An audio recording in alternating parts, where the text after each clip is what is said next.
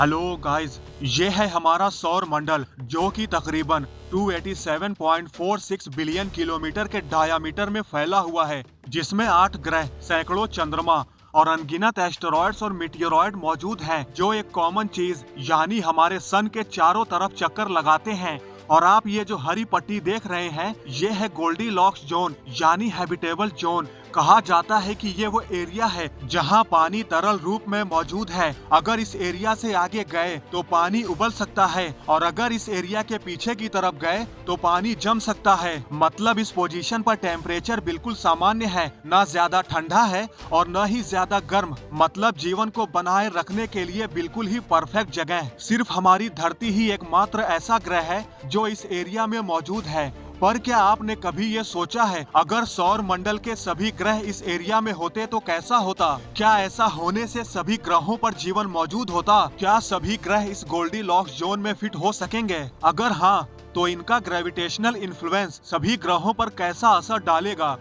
इन सभी सवालों के जवाब के साथ मैं लेकर आया हूँ आज का ये हमारा एपिसोड, जिसका टाइटल है क्या हो अगर सौर मंडल के सभी ग्रह हैबिटेबल जोन में होते। तो चलिए शुरू करते हैं। तो दोस्तों, लिक्विड वाटर कहीं पर भी किसी भी जीवन के लिए सबसे महत्वपूर्ण इंग्रेडिएंट है। हमारे सौर मंडल में पृथ्वी ही एकमात्र ऐसा ग्रह है जिसकी सतह पर पानी लिक्विड फॉर्म में मौजूद है, क्योंकि ये हैबिटेबल जोन में मौजूद है। लेकिन इस जोन में होने का मतलब ये नहीं है कि इस एरिया में मौजूद सभी ग्रहों पर जीवन मौजूद होगा, क्योंकि वैज्ञानिकों ने रहने योग्य क्षेत्र में तकरीबन 4000 एक्सोप्लैनेट की खोज की है, लेकिन उनमें से केवल 24 ही जीवन का समर्थन करने में सक्षम हो पाए हैं। हमारे सौर मंडल को ही देख लो, वीनस जो कि हैबिटेबल जोन के इनर रीजन और मार्स इसके आउटर रीजन पे मौजूद है, जहां पर जीवन का कोई नामो निशान तक नहीं है। ये क्षेत्र भी इस बात पर निर्भर करता है कि कोई तारा कितना गर्म या फिर कितना ठंडा है। अकॉर्डिंग टू साइंटिस्ट, हमारे सौर मंडल में सन से 0.9 से 1.2 एस्ट्रोनॉमिकल यूनिट तक ही वो एरिया है जहां पर जीवन पनप सकता है। जहां वीनस 0.7 एस्ट्रोनॉमिकल यूनिट जितना दूर है,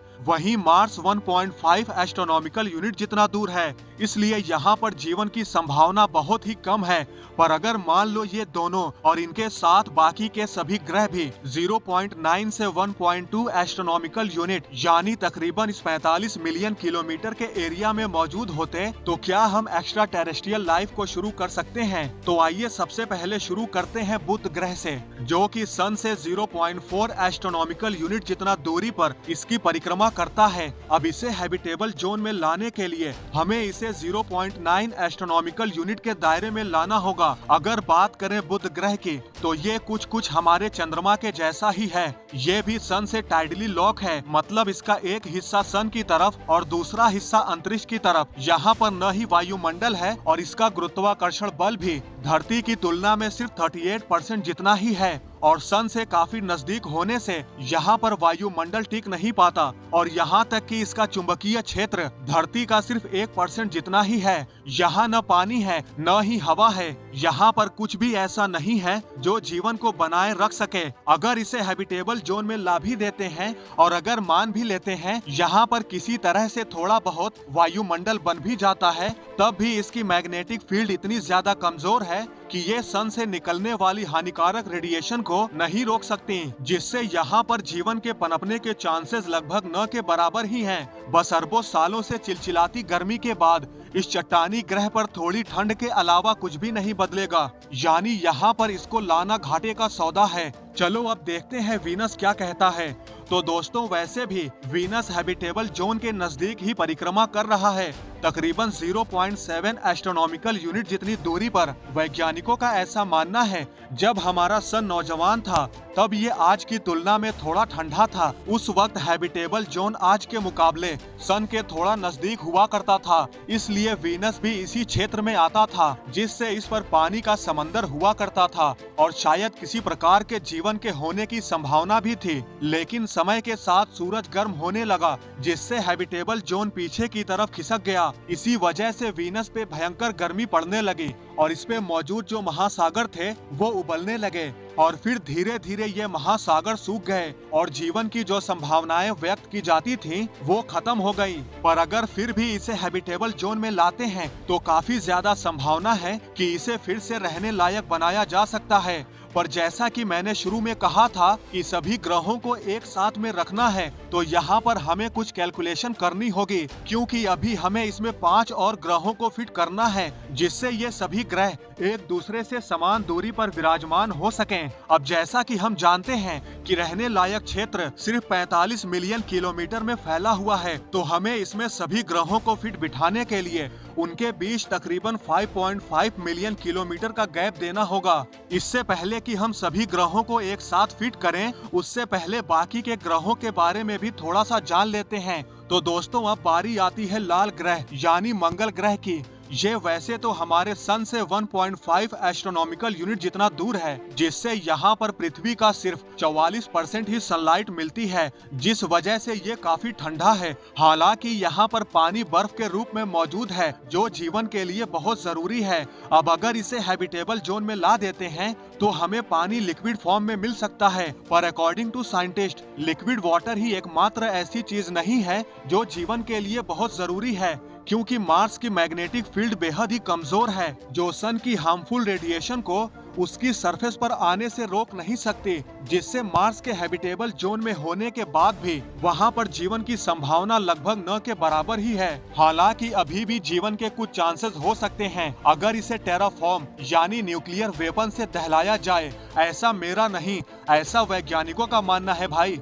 अब चट्टानी ग्रहों को पीछे छोड़ते हुए बढ़ते हैं गैसीय प्लैनेट की तरफ। तो ये रहे गैसीय प्लैनेट जुपिटर, सैटर्न, यूरेनस और नेपच्यून। यहाँ पर आपको सरफेस का नजारा देखने को ही नहीं मिलेगा, जिससे आप यहाँ पर किसी भी तरह के जीवन की कामना तो कर ही नहीं सकते। साथ ही इन प्लैनेट का टेम्परेचर और वायुमंडलीय दबाव बहुत ही ज्यादा इंटेंस यानी तीव्र है। इस कंडीशन में किसी भी जीवन के पनपने के कोई चांसेस ही नहीं हैं। अगर हम गलती से इनके अंदर चले जाते हैं तो हमें ऐसा फील होगा जैसे हमें कई हाथियों ने एक साथ रौंद दिया हो, और इनका अविश्वसनीय टेम्परेचर पलक झपकते ही सब कुछ तहस नहस कर सकता है। और यहाँ तक कि आपकी बॉडी में डीएनए जैसे अणु इनके भयंकर दबाव और टेम्परेचर में स्थिर ही नहीं रह सकते। तो अगर हम इन्हें हैबिटेबल जोन में लाते हैं तब भी कुछ फायदा नहीं होगा। अगर मान लो टेम्परेचर यहाँ पर थोड़ा ठीक भी हो जाए, तब भी यहाँ का एटमॉस्फेरिक प्रेशर किसी भी तरह के जीवन का समर्थन नहीं करेगा।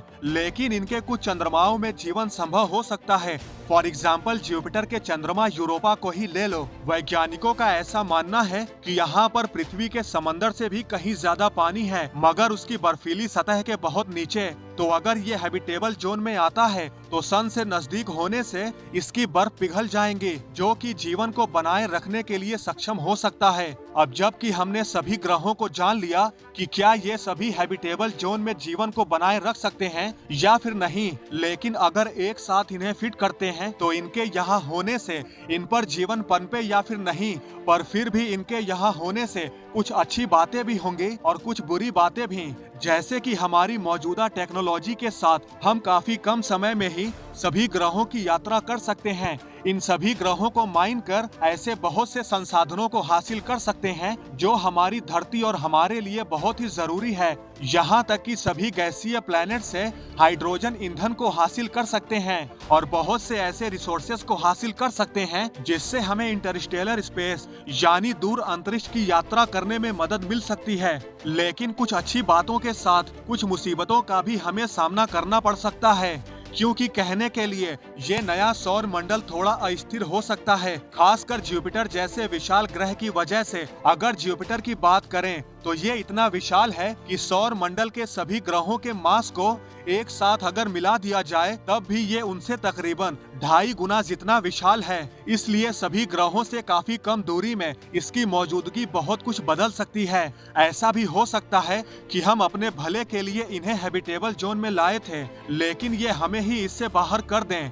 यानी जिस धरती पे हम इतने मजे से रह रहे थे, हमारी इन सभी ग्रहों को एक साथ में लाने की गलती हमारे विनाश का कारण बन सकती है। पर यहाँ पर छोटा सा सवाल ये है कि आखिर हमारे सन जितने बड़े स्टार के हैबिटेबल जोन में कितने प्लैनेट रह सकते हैं। तो दोस्तों, वैज्ञानिकों का मानना है कि हमारे सन जैसे तारे के रहने लायक क्षेत्र में धरती जैसे 6 ग्रह फिट हो सकते हैं जहां पर जीवन की संभावना हो सकती है, मगर हमारे सौर मंडल के सभी ग्रहों के साथ ये मुमकिन नहीं है। तो दोस्तों, आज की इस वीडियो में बस इतना ही। आई होप आपको ये वीडियो जरूर पसंद आई होगी। अगर आपको ये वीडियो पसंद आई है तो लाइक और शेयर करना न भूलें और ऐसी ही इंटरेस्टिंग वीडियो देखने के लिए हमारे चैनल को सब्सक्राइब करना न भूलें।